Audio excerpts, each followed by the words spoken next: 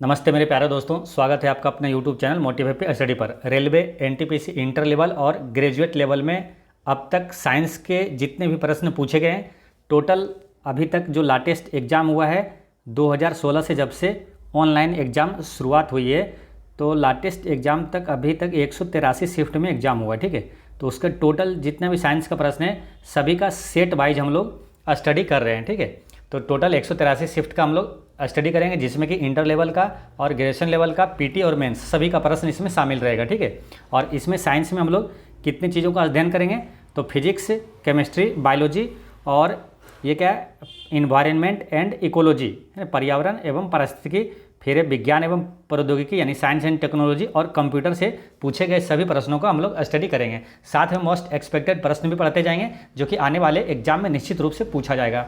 तो चलिए शुरू करते हैं। और ये इस सीरीज का क्लास 7 वीडियो। ठीक है, इससे पहले 6 वीडियो अपलोड हो चुका है, जो लोग नहीं देखें वो प्ले लिस्ट में जाकर जरूर देख लीजिएगा। चलिए नेक्स्ट क्वेश्चन देखते हैं। आज का पहला क्वेश्चन है कि मानव शरीर में अग्नाशय किसका भाग है? अग्नाशय किसका भाग है? मूत्राशय तंत्र का है, या तो श्वसन तंत्र का, या पाचन तंत्र का, या तो तंत्रिका तंत्र का? तो इसका करेक्ट आंसर है ऑप्शन नंबर सी, पाचन तंत्र का। अग्नाशय जो है ये शरीर में किसका भाग है? तो पाचन तंत्र का ये भाग है अग्नाशय। ठीक है, अग्नाशय काफ़ी महत्वपूर्ण टॉपिक बन जाता है, यहाँ से कई प्रश्न एग्जाम में पूछा जाता है और इतना महत्वपूर्ण है कि एग्जाम में बार बार रिपीट भी होता है। तो बात करते हैं अग्नाशय की। तो ये अगर क्वेश्चन पूछा जाए कि मानव शरीर की सबसे बड़ी मिश्रित ग्रंथि कौन सा है, तो वो अग्नाशय है। ठीक है, ऐसे नॉर्मल में तो मानव शरीर की सबसे बड़ी ग्रंथि है यकृत, है ना, लीवर जिसको बोलते हैं, लेकिन मानव शरीर की सबसे बड़ी मिश्रित ग्रंथि पूछे तो वो है अग्नाशय। ठीक है, अब देखिए बात करते हैं क्या ग्रंथि के बारे में। ग्रंथि कितने प्रकार का होता है मालूम? तो ग्रंथि 3 प्रकार का होता है। ठीक है, अगर बात करें तो ग्रंथि 3 प्रकार का होता है। एक होता है अंतःस्रावी ग्रंथि, एक बाह्य स्रावी ग्रंथि और एक होता है मिश्रित ग्रंथि। ठीक है, इसका तीनों का भी पढ़ेंगे। तो यहाँ पर पहले ये देखते हैं अग्नाशय के बारे में कि अग्नाशय के आइलेट्स ऑफ लैंगरहैंस में 3 प्रकार की कोशिकाएं पाई जाती है। ठीक है, अग्नाशय के आइलेट्स ऑफ लैंगरहैंस, क्वेश्चन ये भी पूछ लिया जाता है कई बार कि आइलेट्स ऑफ लैंगरहैंस ये कहाँ पाई जाती है, तो अग्नाशय में। ठीक है, तो अग्नाशय के आइलेट्स ऑफ लैंगरहैंस में 3 प्रकार की कोशिकाएँ पाई जाती है, जो कि वो अल्फा कोशिका, बीटा कोशिका और ये गामा कोशिका होती है। ठीक है, अब देखिए ग्रंथि कितने प्रकार के बताएं? 3 प्रकार के। उसमें क्या होता है, एक अंतःस्रावी ग्रंथि, एक बाह्यस्रावी ग्रंथि और एक होता है मिश्रित ग्रंथि। तो अंतःस्रावी ग्रंथि किसे बोलते हैं? तो जो हार्मोन का स्त्राव करती है, यानी कि जो हार्मोन बनाती है वो अंतःस्रावी ग्रंथि कहलाती है, और जो एंजाइम का स्त्राव करती है वो बहिःस्रावी ग्रंथि कहलाता है। और जो दोनों का स्त्राव करती है, यानी कि हार्मोन और एंजाइम दोनों का स्त्राव करती है, वो मिश्रित ग्रंथि कहलाती है। जैसे अग्नाशय से हार्मोन भी निकलता है और एंजाइम भी निकलता है, ये क्या है, मिश्रित ग्रंथि है। तो अग्नाशय से कई इंपॉर्टेंट क्वेश्चन पूछा जा रहा है। ठीक है, तो यहाँ से पढ़ते हैं। अग्नाशय से जो हार्मोन भी निकलता है और एंजाइम भी निकलता है। इससे 3 हार्मोन निकलता है। जैसे अल्फा सेल से क्या निकलता है, ग्लूकागोन। ठीक है, क्वेश्चन डायरेक्ट पूछा जाएगा आपसे कि अग्नाशय के किस कोशिका से ग्लूकागोन का स्राव होता है, तो अल्फा सेल से। अल्फा सेल से ग्लूकागोन का स्राव होता है, बीटा सेल से इंसुलिन का स्राव होता है। सबसे ज़्यादा महत्वपूर्ण, यहाँ से कई बार एग्जाम में रिपीट हुआ है क्वेश्चन, डायरेक्ट क्वेश्चन आ जाएगा कि इंसुलिन का स्राव कहाँ से होता है, तो अग्नाशय से होता है। अग्नाशय के बीटा कोशिका से इंसुलिन का स्राव होता है। ठीक है, फिर सोमेटोस्टेटिन जो है ये गामा सेल से स्रावित होता है। तो ये हार्मोन है 3, है ना, अल्फा सेल से ग्लूकागोन, बीटा सेल से इंसुलिन और गामा सेल से सोमेटोस्टेटिन का स्राव होता है। ठीक, अब बात करते हैं इंसुलिन के ही। अगर बात करें तो इंसुलिन का डायरेक्ट क्वेश्चन आ जाएगा, क्या स्राव कहाँ से होता है, तो अग्नाशय के बीटा सेल से होता है। और इंसुलिन क्या करता है मालूम? रक्त में शर्करा के स्तर को नियंत्रित करता है। तो क्वेश्चन पूछा जाएगा कि रक्त में शर्करा के स्तर को कौन नियंत्रित करता है, तो इंसुलिन करता है। ठीक है, इंसुलिन की कमी से कौन सी बीमारी होती है, तो मधुमेह रोग होता है, यानी कि डायबिटीज होता है। ठीक है, इंसुलिन की कमी से। इंसुलिन की खोज किसने किया था, तो बेटिंग एवं बेस्ट ने इंसुलिन की खोज किया था। ठीक है, ये सभी अति महत्वपूर्ण प्रश्न है, आपको याद रखना है। ठीक है, बात करते हैं एंजाइम की। अब देखिए एंजाइम की बात करते हैं तो ये क्वेश्चन अभी रेलवे टेक्नीशियन का एग्ज़ाम जो दिसंबर 2024 में हुआ, ये क्वेश्चन पूछा गया था कि कार्बोहाइड्रेट का पाचन कौन करता है। कार्बोहाइड्रेट का पाचन कौन करता है? तो एमाइलेज एंजाइम करता है। ठीक है, ये क्वेश्चन पूछा गया था, उसका आंसर हुआ था एमाइलेज। ठीक है, यहाँ से सभी प्रश्न महत्वपूर्ण है। लाइपेज के बारे में पूछा जाएगा, ट्रिप्सिन के बारे में पूछा जाएगा। तो एंजाइम से 3 एंजाइम निकलता है, मतलब अग्नाशय से 3 एंजाइम निकलता है। ठीक है, कौन कौन सा निकलता है? लाइपेज, एमाइलेज और ट्रिप्सिन। तो क्वेश्चन ये भी पूछा जा सकता है आपसे कि लाइपेज एंजाइम का स्त्राव कहाँ से होता है? तो अग्नाशय से होता है ना, अग्नाशय से निकलती है लाइपेज एंजाइम। एमाइलेज भी अग्नाशय से और ट्रिप्सिन एंजाइम भी अग्नाशय से निकलती है। ठीक है, इसको याद कैसे रखना है? देखिए, इसको याद करना, लाइपेज का क्या हो गया? L, और एमाइलेज का A, और ट्रिप्सिन का T, यानी कि लेट, है ना, LAT, लेट। ये 3 एंजाइम अग्नाशय से निकलती है। ठीक है, लेट है ना, लाइपेज, एमाइलेज और ट्रिप्सिन। ठीक है, अब यहाँ से तीनों प्रश्न ये पूछा जाएगा आपसे कि वसा का पाचन कौन करता है? तो वसा को पचाने में मदद करता है कौन सा? Lipase enzyme. वसा को पचाने में लाइपेज एंजाइम। कार्बोहाइड्रेट का पाचन कौन करता है? एमाइलेज। कार्बोहाइड्रेट का एमाइलेज, कार्बोहाइड्रेट का पचाने में मदद करता है एमाइलेज एंजाइम। और प्रोटीन को पचाने में मदद करता है कौन? तो प्रोटीन का पाचन करता है ट्रिप्सिन। तो ये आसानी से याद रहेगा, प्रोटीन को trypsin, protein trypsin, protein trypsin, है टोटो का वॉइस आ रहा है दोनों में। तो प्रोटीन को पचाने में जो मदद करता है वो ट्रिप्सिन एंजाइम। ठीक है, वसा को लाइपेज, वसा लाइपेज, वसा को लाइपेज, वसा को लाइपेज। और कार्बोहाइड्रेट का पाचन करता है एमाइलेज। कार्बोहाइड्रेट, एमाइलेज, कार्बोहाइड्रेट का पाचन कौन करता है? एमाइलेज करता है। ठीक है, एमाइलेज एंजाइम। तो ये तीनों याद रखना है आपको, है ना, LAT, यानी कि लाइपेज, एमाइलेज और ट्रिप्सिन। लाइपेज वसा को पचाने में मदद करता है, एमाइलेज कार्बोहाइड्रेट को, और ट्रिप्सिन प्रोटीन को पचाने में मदद करता है। तो ये सभी चीज़ें आपको याद रखना है, काफ़ी महत्वपूर्ण है। ठीक है, और पढ़ना ऐसे है, जितने प्रश्न आप पढ़ते हैं वो सभी को ऐसे याद रखना है जब तक आपका मेरिट लिस्ट ना बन जाए। ठीक है, तो ऐसे ध्यान करके पढ़ना है, और ऐसे पढ़ना है कि आपको किसी को बताना है, किसी को पढ़ाना है, कोई पूछे तो आप उसे बता सकते हैं। ठीक है, जब तक मेरिट लिस्ट में आपका नाम ना जाए तब तक सभी चीज़ों को आपको याद रखना है। ठीक है, अगर याद थोड़ी सी भी भूलते हैं तुरंत उसको रिवीजन करना है। ठीक है, ये चीज़ें आपको याद रखना है। तो इतने सारे चीज़ें यहाँ पर एक्स्ट्रा फैक्ट्स में आपको याद रखना है अग्नाशय से। ठीक है, चलिए नेक्स्ट क्वेश्चन देखते हैं। मगरमच्छ के बच्चे को क्या कहा जाता है? मगरमच्छ के बच्चे को क्या कहा जाता है? तो हैचलिंग कहा जाता है। मगरमच्छ के बच्चे को हैचलिंग कहा जाता है। मगरमच्छ एक सरीसृप वर्ग का प्राणी है। मगरमच्छ जो है ये सरीसृप वर्ग का प्राणी है। और मगरमच्छ के हृदय में कितने चेंबर होते हैं? तो मगरमच्छ के हृदय में 4 कक्ष होता है ना, 4 चेंबर होता है। जैसे कि स्तनधारी में 4 कक्ष होता है, जैसे मानव में अगर पूछे तो 4 कक्षीय हृदय होता है। मेढक में कितना होता है? तो 3 कक्षीय हृदय होता है। नेक्स्ट क्वेश्चन है, शब्दों के 4 जोड़े दिए गए हैं, इनमें से अलग जोड़े का ज्ञात करना आपको। तो जलीय जो होता है जीव वो समुद्री होता है ना, समुद्री जीव जलीय होता है।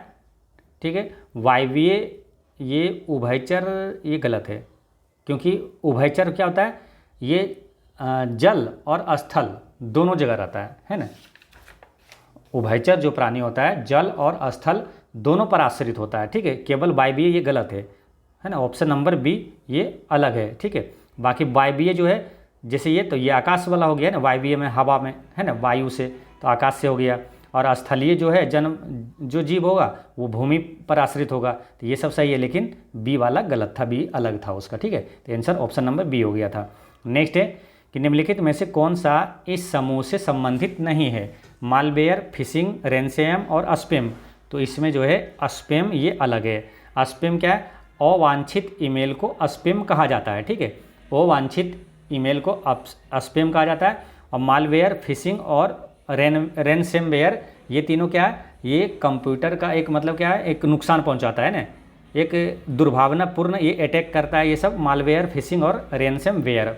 नेक्स्ट है, वेब पेज का निर्माण किस डेस मतलब वेब पेज का डेस का उपयोग करके बनाए जाते हैं? वेब पेज डेस का उपयोग करके बनाया जाता है, यानी किसका उपयोग करके वेब पेज बनाया जाता है? तो वेब पेज बनाने के लिए HTML का उपयोग करते हैं, है ना, HTML का उपयोग करते हैं। HTML का फुल फॉर्म क्या होता है? ये भी कई बार क्वेश्चन पूछा गया। HTML का फुल फॉर्म, HTTP का फुल फॉर्म, ये सब कतई जहर प्रश्न है। ये सब एग्जामों में रिपीट हुआ है फुल फॉर्म। कंप्यूटर से आपको 2 प्रश्न आएगा एनटीपीसी में, ठीक है, और फुल फॉर्म एक निश्चित रूप से पूछा जाएगा, तो इसलिए ये सभी आपको याद रखना है। HTML का फुल फॉर्म क्या होता है, तो यहाँ पर देख लीजिए, है ना, HTML का फुल फॉर्म हो गया hyper text markup language, hyper text markup language. और HTTP का फुल फॉर्म क्या होता है, hyper text transfer protocol, hyper text transfer protocol ये होता है HTTP का। और HTML hyper text markup language, है ना, तो ML का हो गया मार्कअप लैंग्वेज, या दोनों में हाइपर टेक्स्ट तो है ही, फिर ये है ट्रांसफ़र प्रोटोकॉल है, ठीक है। और बाकी बच गया कौन कौन, URL, इसका क्या होता है, uniform resource locator, uniform resource locator.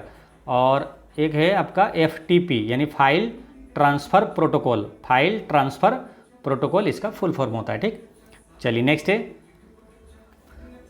Remote sensing lunar उपग्रह चंद्रयान प्रथम को किस वर्ष में प्रक्षेपित किया गया था। तो एक चीज़ आपको याद रखना है, अभी जो आने वाला एग्जाम है रेलवे ग्रुप डी और NTPC में चंद्रयान से रिलेटेड क्वेश्चन बहुत ही महत्वपूर्ण रहेगा। तीनों चंद्रयान के बारे में आपको याद रखना है, ठीक है। ये निश्चित रूप से गारंटी के साथ चंद्रयान 3, 1, 2 सब पूछा जाएगा, ठीक है। तो याद रखना है चंद्रयान 1 कब लॉन्च हुआ, 2 कब लॉन्च हुआ, 3 कब लॉन्च हुआ, सब याद रखना है आपको। तो चंद्रयान प्रथम कब लॉन्च हुआ था, 2008 को लॉन्च हुआ था ना, 22 अक्टूबर 2008 को ये लॉन्च हुआ था, ठीक है। आपको सभी चंद्रयान के बारे में आपको यहाँ डिटेल में बताते हैं। आपसे पहले तो याद रखना कि चंद्रयान 1, 2, 3 कब कब लॉन्च हुआ, ठीक है। उसके बाद और भी डिटेल इससे याद रखना है। चंद्रयान प्रथम ये लॉन्च हुआ था कब, 22 अक्टूबर 2008 को, तो मोटा मोटी 2008 याद रखना है। और किस प्रक्षेपण यान से लॉन्च हुआ था, तो PSLV C11 द्वारा ये लॉन्च हुआ था, ठीक है। तो ये भी याद रखना है, क्वेश्चन थोड़ा सा डीप करेगा तो ये क्वेश्चन पूछा जाएगा कि किस अंतरिक्ष यान से लॉन्च हुआ था, तो PSLV C11 से ये लॉन्च हुआ था। चंद्रयान 2 कब लॉन्च हुआ, तो 22 जुलाई 2019 को लॉन्च हुआ था, ठीक है। पहला 2008 में, दूसरा 2019 में, 22 जुलाई, दोनों 22 तारीख है, ये 22 अक्टूबर है, ये 22 जुलाई है, 2019 को लॉन्च हुआ था दूसरा। और ये लॉन्च हुआ था LVM-3M1 से, LVM-3M1 से लॉन्च किया गया था चंद्रयान 2, ठीक है।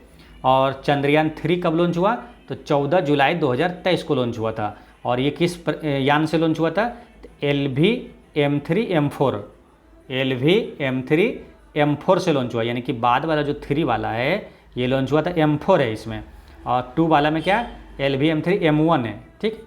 तो ये 3 वाला क्या 4 है, एक बढ़ा के, ठीक है। तो ये ऐसे ध्यान रखना आपको, तो इससे लॉन्च हुआ था। तो एक बार फिर समझिए, चंद्रयान 1 2008 में लॉन्च हुआ, चंद्रयान 2 2019 और चंद्रयान 3 2023 में लॉन्च किया गया था। और चंद्रयान 3 जो है ये सफलतापूर्वक ये लैंडिंग भी कर गया था। तो इसका ये भी डेट याद रखना है कि चंद्रयान 3 चंद्रमा पर ये कब सफलतापूर्वक लैंड किया था, तो 23 अगस्त 2023 को ये लैंड कर गया था, ठीक है। लॉन्च हुआ था 14 जुलाई 2023 को चंद्रयान 3 और लैंड कर गया था 23 अगस्त 2023 को चंद्रमा के दक्षिणी ध्रुव पर। कहाँ पर, चंद्रमा के दक्षिणी ध्रुव पर ये सॉफ्ट लैंडिंग की थी, ठीक है। तो ये सभी चीज़ें याद रखना है। और एक अति महत्वपूर्ण और है, कौन सा है, तो वो मंगलयान है। आपसे पूछा जाएगा कि मंगलयान कब लॉन्च हुआ था, तो मंगलयान लॉन्च हुआ था 5 नवंबर 2013 को लॉन्च हुआ था वो, ठीक है।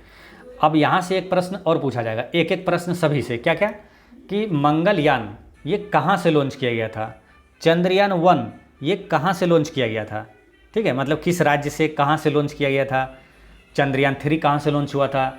तो इंटरेस्टिंग बात क्या है मालूम, मंगलयान और चंद्रयान 1, 2, 3 ये सभी, यानी कि ये चारों, ये सभी एक ही जगह से लॉन्च किया गया था। कहाँ से, आंध्र प्रदेश के श्रीहरिकोटा के अंतरिक्ष सतीश धवन अंतरिक्ष केंद्र से, ठीक है। फिर समझिए, आपसे कुछ भी पूछे, चंद्रयान 1 के बारे में पूछे, मंगलयान के बारे में पूछे, चंद्रयान 3 कहाँ से लॉन्च हुआ, तो आंसर क्या करना है, आंध्र प्रदेश के श्रीहरिकोटा के सतीश धवन अंतरिक्ष केंद्र से लॉन्च हुआ था। तो तीनों में से एक ही ऑप्शन रहेगा, आंध्र प्रदेश यह रहेगा, या तो श्रीहरिकोटा रहेगा, या तो सतीश धवन अंतरिक्ष केंद्र रहेगा, ठीक है। ये भी आपसे क्वेश्चन पूछ लिया जाता है कि श्रीहरिकोटा किस राज्य में है, तो आंध्र प्रदेश में, ठीक है। तो देखिए मेन चीज़ें क्या है, जो लॉन्चिंग पेड है जहाँ से लॉन्च किया जाता है वो है सतीश धवन अंतरिक्ष केंद्र। तो सतीश धवन अंतरिक्ष केंद्र कहाँ है, तो आंध्र प्रदेश के श्रीहरिकोटा में है सतीश धवन अंतरिक्ष केंद्र, और यहीं से ये सभी चारों को लॉन्च किया गया था। ठीक है, तो ये आपको याद रखना है। चलिए नेक्स्ट क्वेश्चन देखते हैं। निम्नलिखित में से कौन सा एक समूह से संबंधित नहीं है? तो इसमें से कौन एक समूह से संबंधित नहीं है? तो इसका करेक्ट आंसर है द्रव्यमान। ये समूह से संबंधित नहीं है। द्रव्यमान क्या है? किसी वस्तु में पदार्थ की मात्रा ये होती है द्रव्यमान। और बात करते हैं जैसे कि ये गति, समय और त्वरण, ये तीनों क्या है? समय से संबंधित है ना। समय जैसे कि गति क्या होता है? विस्थापन बटे समय, है ना। विस्थापन में परिवर्तन की दर को क्या बोलते हैं? गति कहा जाता है। ठीक है, विस्थापन बटे समय, ये समय तो है ही। और त्वरण में क्या है? वेग बटे समय, ये भी क्या होता है? त्वरण होता है ना, वेग बटे समय। यानी ये तीनों समय से रिलेटेड है। द्रव्यमान क्या है? ये किसी वस्तु में पदार्थ की एक मात्रा है। ठीक है, तो ये ऑप्शन नंबर सी अलग है। नेक्स्ट क्वेश्चन है कि निम्नलिखित में से कौन सा एक उपग्रह सेवा प्रदाता है, यानी कि सैटेलाइट सर्विस प्रोवाइडर है? इसमें से कौन सा है? तो वो है इंटेल सेट। ये क्या करता है? उपग्रह सेवा प्रदाता है इंटेल सेट। इंटेल सेट का फुल फॉर्म क्या होता है? तो यहाँ पर देख लीजिए, इंटेल सेट का फुल फॉर्म है international telecommunications satellite organisation, है ना। International telecommunications satellite organisation. अब यहाँ पर है डायरेक्ट क्वेश्चन आपसे पूछ लिया जाता है, मालूम क्या? जैसे कि एस्ट्रोसेट, ये किससे संबंधित है? तो ये इस टाइप के क्वेश्चन को आपको याद रखना है। जैसे यूथ सेट जो है, ये भारत रूस का तारकीय और वायुमंडलीय उपग्रह मिशन है। तो यूथ सेट किसके साथ है? भारत और रूस का ये वायुमंडलीय उपग्रह मिशन है। इंटेल सेट के बारे में बताई दिए, ये उपग्रह सेवा प्रदाता है। रही बात क्या? ओशियन सेट, ये क्या है? तो समुद्री अध्ययन से संबंधित है ये ओशियन सेट, है ना। ओशियन मतलब ये होता है सागर, महासागर, है ना। तो समुद्रीय अध्ययन से संबंधित है। और एस्ट्रोसेट क्या है? तो ये नक्षत्र अध्ययन से संबंधित है। और एक क्वेश्चन आता है आपका मेट सेट, ये क्या है? मेट सेट, तो ये मौसम संबंधी उपग्रह है मेट सेट। और एक क्वेश्चन आएगा, डायरेक्ट पूछा जाएगा कि एडू सेट का संबंध किससे है? तो एडू सेट यानी कि ये शिक्षा से संबंधित है। एडू से यहाँ रिलेट कर लेना, एजुकेशन। ठीक है, तो ये शिक्षा से संबंधित उपग्रह है। चलिए नेक्स्ट क्वेश्चन देखते हैं। जल की बूंदों से होकर इंद्रधनुष बनता है, तो कैसे बनता है? प्रकाश का प्रतिबिंबन यानी कि रिफ्लेक्शन ऑफ सनलाइट, या तो रिफ्रैक्शन ऑफ सनलाइट, या तो दोनों इसमें होता है, रिफ्लेक्शन और रिफ्रैक्शन ऑफ सनलाइट, या तो प्रकाश का प्रसार। तो इसमें दोनों होगा ना, प्रकाश का प्रतिबिंबन और अपवर्तन, यानी कि रिफ्लेक्शन और रिफ्रैक्शन दोनों होगा। ऑप्शन नंबर सी इसका करेक्ट आंसर हो जाएगा इंद्रधनुष के बारे में। ठीक है, अब इंद्रधनुष से कुछ इंपॉर्टेंट चीज़ें और भी पूछा जाता है। कौन कौन सा क्वेश्चन आएगा?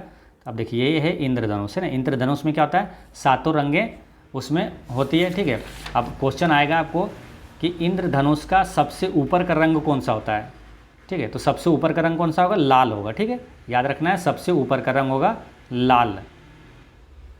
अगर पूछा जाए कि इंद्रधनुष के सबसे नीचे का रंग कौन सा होगा, तो वो होगा बैगनी। सबसे नीचे का रंग जो होगा वो होगा बैगनी रंग। ठीक है, इंद्रधनुष के सबसे बीच का रंग कौन सा होगा? तो वो होगा हरा रंग है। ठीक है, देखिए इंद्रधनुष में जो रंग होता है ना, वो जो प्रकाश का वर्ण विक्षेपण होता है ना, जैसे सफ़ेद रंग कांच के प्रिज्म से होकर गुजरती है, 7 रंगों में विभक्त हो जाती है, तो उसी का जो सेम क्रम होता है ना, तो इंद्रधनुष में वही होता है। जैसे कि वो होता है ना, वो क्या होता है?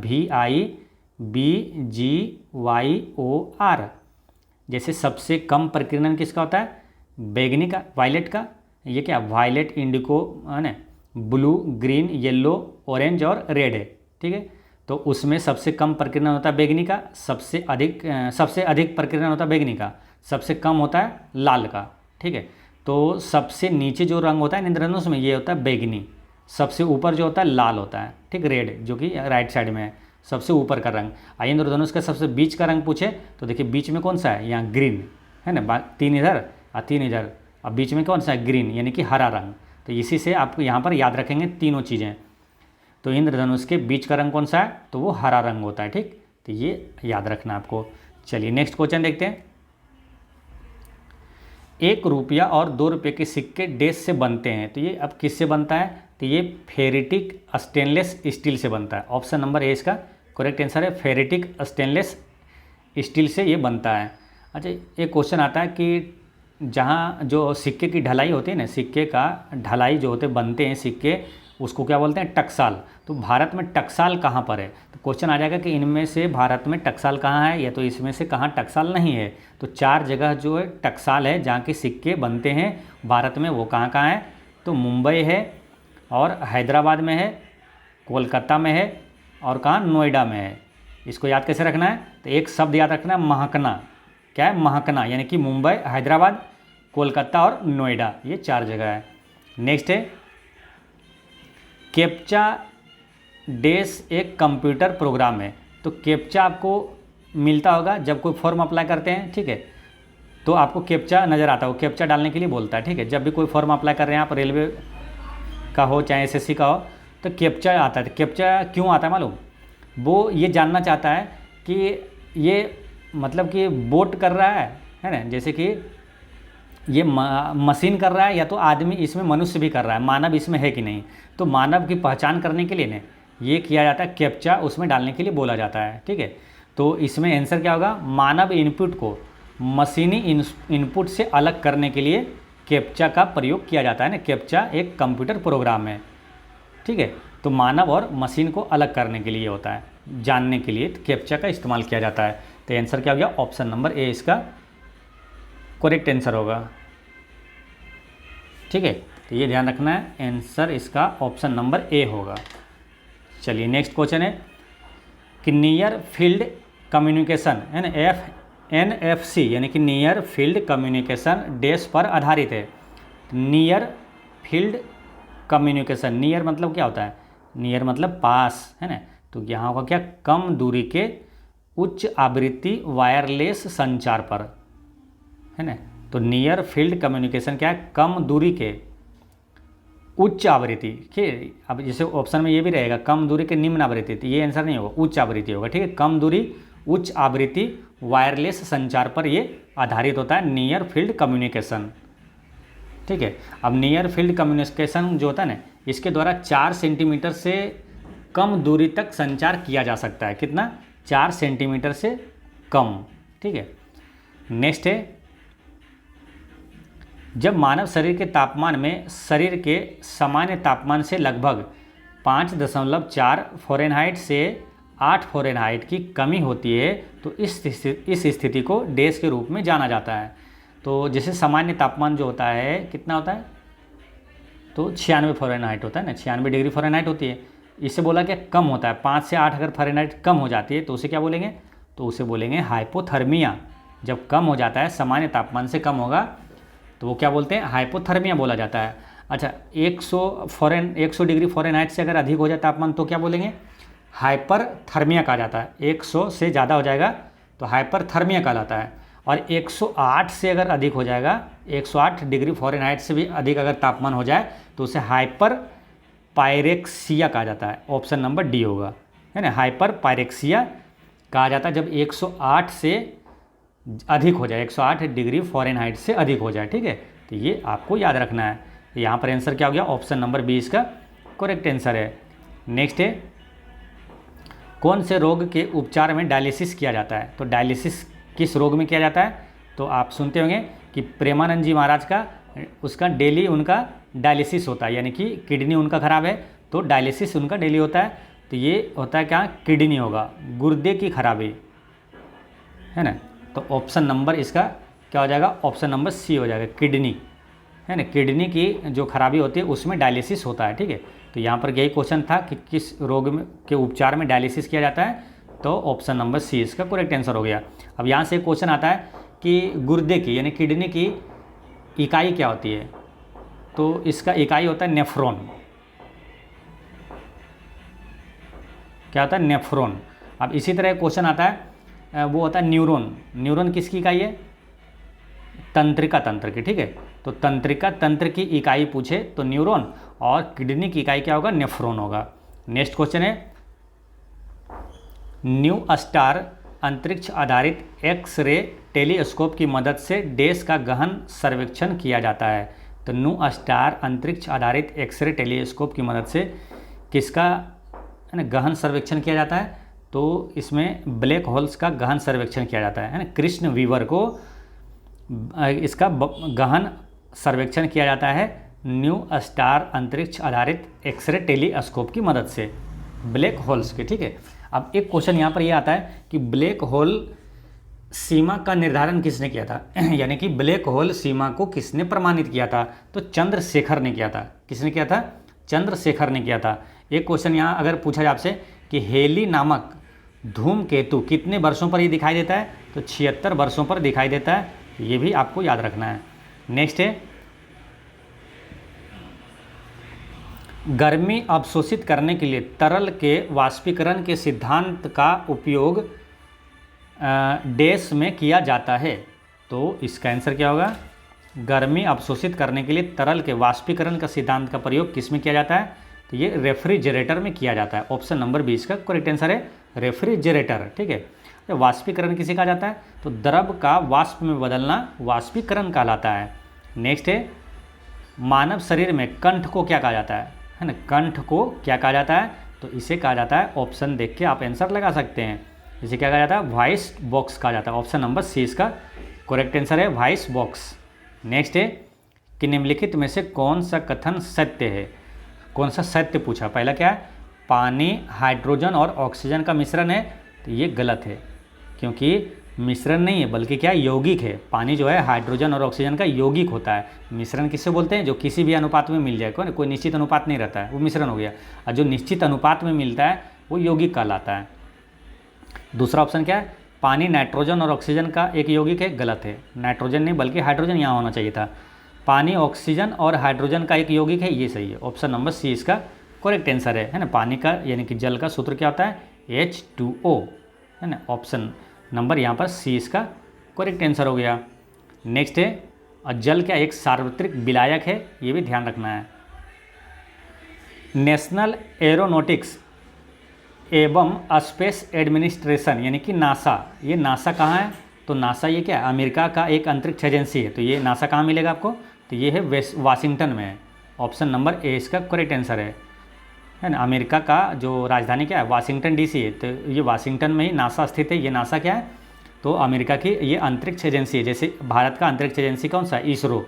ठीक है, अब ये यहाँ से सेट नंबर 10 स्टार्ट होता है। ठीक है, जो कि NTPC आपका स्टेज 1 यानी कि PT का 31 मार्च 2016 में जो एग्जाम हुआ था, शिफ्ट 2 का ये क्वेश्चन है।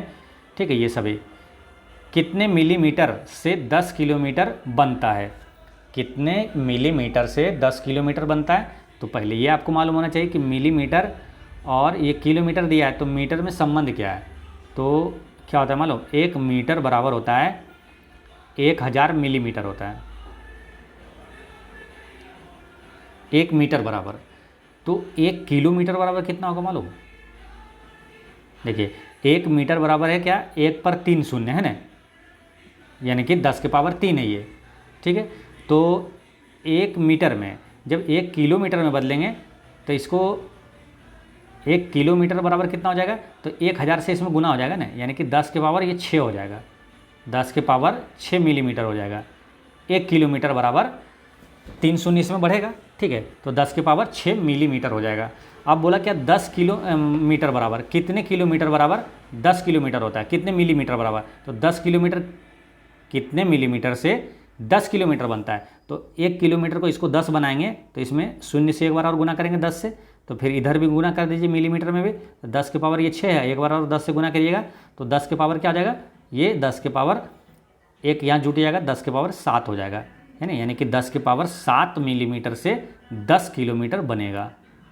ठीक है, तो यहाँ ऑप्शन नंबर डी इसका करेक्ट आंसर हो गया। ठीक, तो उम्मीद करते हैं ये समझ गए होंगे। मेन चीज़ें याद रखना क्या? 1 मीटर बराबर होता है 1000 मिलीमीटर। ठीक है, और 1 किलोमीटर बराबर कितना हो जाएगा? 10 के पावर 6 मिलीमीटर। ठीक है, तो ये आसानी से आंसर आ जाएगा। नेक्स्ट है, क्यों एक कपड़ा का टुकड़ा सूर्य के प्रकाश में हरा दिखता है लेकिन लाल प्रकाश में काला दिखाई देता है? क्यों एक कपड़ा का टुकड़ा सूर्य के प्रकाश में हरा दिखता है, जो मतलब हरा दिखता है, वो लाल प्रकाश में काला क्यों दिखाई देता है? तो होता क्या है इसका कि कपड़ा पूर्णतः लाल रंग का तरंगदैर्घ्य अवशोषित कर लेता है। तो इसका करेक्ट आंसर हो गया ऑप्शन नंबर ए इसका करेक्ट आंसर होगा। अब यहाँ पर जानना है क्या? जैसे कि क्वेश्चन आपसे पूछा जाता है, जैसे कि अगर ये पूछ लिया जाएगा कि हरा रंग जो है लाल प्रकाश में कैसा दिखता है, तो वो काला दिखता है। ठीक, ये भी क्वेश्चन पूछा जाएगा आपसे। तो यहाँ पर देखते हैं कि जो वस्तु का अन्य रंग में रंग क्या होगा, यानी कि वस्तु का रंग है लाल। ठीक है, तो ये लाल रंग में कैसा दिखाई देगा, हरा रंग में कैसा दिखाई देगा, नीला रंग में कैसा दिखाई देगा, और पीला रंग में ये कैसा दिखाई देगा। ठीक है, तो ये यहाँ पर देखते हैं, जैसे कि लाल कोई रंग है, ठीक है, लाल कलर का कपड़ा है, तो वो लाल रंग में कैसा दिखेगा, तो ये लाल दिखेगा। हरा रंग में कैसा दिखेगा, काला दिखेगा। और नीला रंग में ये काला दिखेगा, और पीला रंग में ये काला दिखेगा। उसी तरह यहाँ हरा रंग है कोई कपड़ा, ठीक है, हरा रंग का कपड़ा जो है लाल रंग में कैसा दिखाई देगा, काला। हरा रंग में कैसा दिखाई देगा, हरा। नीला रंग में कैसा दिखाई देगा, काला। और पीला रंग में कैसा दिखाई देगा, काला।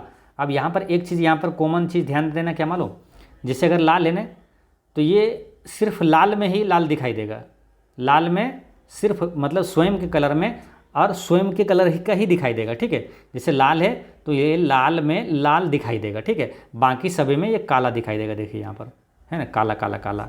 जैसे फिर हरा का लीजिए, तो ये हरा में हरा दिखाई देगा, बाकी कोई भी रंग में दीजिएगा तो वो काला दिखाई देगा। ठीक है, जैसे हरा है तो यहाँ हरा में देखिए ये हरा दिखाई दे रहा है, बाकी सब में काला है। देखिए यहाँ काला है, यहाँ काला है, यहाँ काला है। ठीक है, तो उसी प्रकार आप याद करना आपको आसान हो गया। अगर पूछा जाए पीला, पीला रंग में कैसा दिखाई देगा, तो पीला दिखाई देगा। बाकी कुछ भी पूछ दे, जैसे कि पीला लाल में कैसा दिखाई देगा, तो काला दिखाई देगा। नीला में कैसा दिखाई देगा, काला दिखाई देगा। पीला में कैसा दिखाई देगा, पीला, पीला में तो पीला ही दिखाई देगा। बाकी हरा में कैसा दिखाई देगा, काला दिखाई देगा। यानी कि जो रंग है उसी रंग में उसी रंग का दिखाई देगा, बाकी सभी में काला दिखाई देगा। जैसे बैगनी अगर पूछ दिया जाए कि बैगनी आपको लाल में कैसा दिखेगा, तो काला।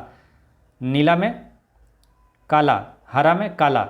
अब बैगनी में सिर्फ पूछेगा, बैगनी तो है नहीं यहाँ, बाकी सब में काला दिखाई देगा। ठीक है, जैसे कि ये लाल, हरा और नीला, पीला में, ठीक है, सब में काला दिखाई देगा। यानी कि अपने स्वयं के अलावा किसी रंग में पूछेगा तो काला दिखाई देगा। ठीक है, ये चीज़ें आपको ध्यान रखना है, तो आसानी से ये पूरा चार्ट याद हो जाएगा। स्वयं के अलावा किसी रंग में पूछेगा तो काला दिखाई देगा, बस याद हो गया होगा आपको। नेक्स्ट क्वेश्चन है कि निम्नलिखित में से कौन सा एक इस समूह से संबंधित नहीं है। तो इसमें क्या क्या है, एंड्रॉयड, बाडा, डोस और सिम्बियन। तो यहाँ पर ऑप्शन नंबर सी जो है ना, ये अलग है। जो डोस है ना, ये क्या है, एम एस डोस है ना। एम एस डोस जो होता है ये कंप्यूटर का ऑपरेटिंग सिस्टम है। ठीक है, बाकी एंड्रॉयड, बाडा और सिम्बियन जो ये मोबाइल का ऑपरेटिंग सिस्टम है। ये तीनों जो है ना मोबाइल का ऑपरेटिंग सिस्टम है। डोस जो है ये कंप्यूटर का ऑपरेटिंग सिस्टम है। नेक्स्ट है, लाल मिट्टी पर खेती करना कठिन है, क्यों? क्योंकि इसकी जल धारण क्षमता कम होती है। ऑप्शन नंबर ए इसका करेक्ट आंसर हो गया। लाल मिट्टी पर खेती करना कठिन है क्योंकि इसकी जल धारण क्षमता कम होती है। तो मिट्टी से भी कई क्वेश्चन है जो कि एग्जाम में पूछा जाता है। ठीक है, तो यहाँ पर आप ध्यान रखिएगा, अगर आपसे क्वेश्चन पूछा जाए कि भारत में सर्वाधिक क्षेत्रफल में सबसे ज़्यादा कौन सी मिट्टी पाई जाती है, तो जलोढ़ मिट्टी पाई जाती है। कौन सा? जलोढ़ मिट्टी। अगर क्वेश्चन ये पूछा जाए कि सर्वाधिक उपजाऊ मिट्टी कौन सा है, तो वो भी आंसर क्या होगा, जलोढ़ मिट्टी होगा। ठीक है, और जलोढ़ में भी क्वेश्चन आता है कि नई जलोढ़ मिट्टी किसे कहा जाता है और पुरानी जलोढ़ मिट्टी किसे कहा जाता है। तो नई जलोढ़ मिट्टी को क्या बोलते हैं, खादर। ठीक है, अब पुरानी जलोढ़ मिट्टी को कहा जाता है बांगर। ठीक है, तो खादर क्या होता है, जैसे कि जहाँ बरस भर पानी आता है तो मिट्टी को क्या होता है, खोद के ले चला जाता है। ठीक है, तो ये खादर का, बरस भर पानी आता है तो मिट्टी को खोद के, ऐसे रिलेट कर लीजिए, खोद के ले चला जाता है यानी कि खादर। और जब खोद के ले जाएगा, बार बार मिट्टी यहाँ से ले जाएगा तो वो क्या होगा, नया रहेगा हमेशा, तो ये नई जलोढ़ मिट्टी कहलाता है खादर। ठीक है, और जहाँ बरस में पानी नहीं आता है ना, कभी कभार एक बार आया या तो नहीं आया, ठीक है, तो वो क्या कहता है, मिट्टी, पुरानी मिट्टी यहाँ जमा होते रहती है, तो ये कहलाता है बांगर। पुरानी जलोढ़ मिट्टी हो गया, बांगर कहलाता है। ठीक है, तो ये ध्यान हो गया। अब यहाँ से क्वेश्चन ये आता है कि चाय और कॉफ़ी के लिए सर्वाधिक उपयुक्त मिट्टी कौन सा है मालूम, तो वो है रेगुर मिट्टी, सॉरी रेगुर नहीं, लेटराइट मिट्टी है ना। चाय और कॉफ़ी के लिए सर्वाधिक उपयुक्त मिट्टी कौन सा है, तो लेटराइट मिट्टी है।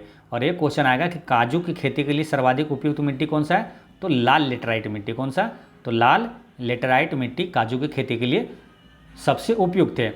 और कपास की खेती के लिए सर्वाधिक उपयुक्त मिट्टी कौन सा है, तो वो है काली मिट्टी, जिसे रेगुर मिट्टी भी कहा जाता है और काली कपासी मिट्टी भी कहा जाता है। ठीक है, तो ये सभी चीज़ें याद रखना है। और मिट्टी का अध्ययन क्या कहलाता है? पेडोलॉजी कहलाता है।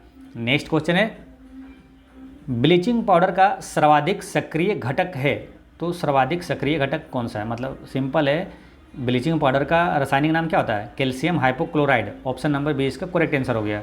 ब्लीचिंग पाउडर का सर्वाधिक सक्रिय घटक कौन सा हो गया? Calcium hypochloride. इसका रासायनिक सूत्र क्या होता है ब्लीचिंग पाउडर का? Ca और क्या होता है? CaOCl2, ये होता है ब्लीचिंग पाउडर का रासायनिक सूत्र होता है। इसी को बोलते हैं कैल्शियम हाइपोक्लोराइड। तो आंसर क्या हो गया? Option number B. ठीक है, और कैल्शियम हाइपोक्लोराइड हो गया।